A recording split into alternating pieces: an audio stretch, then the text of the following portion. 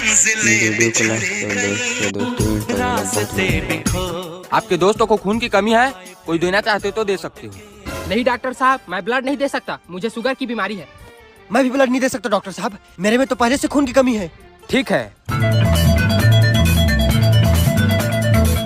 Doctor साहब, patient को देखो तो बेहोश हो गई है। अरे यार, ये तो बहुत कमजोर हो गई है, इसे भी ब्लड का जरूरत है। मैं अपना खून दूंगा डॉक्टर साहब, ले लो।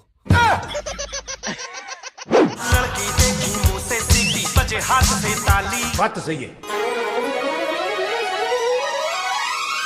यार ये कितनी औसम है यार।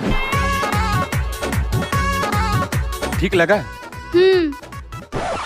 भाई, आपका जितना खून निकालना था निकाल लिए हैं, आप उठ जाइए, अब भैया खून देंगे। अरे डॉक्टर साहब, इस पतले दुबले कमजोर आदमी को क्यों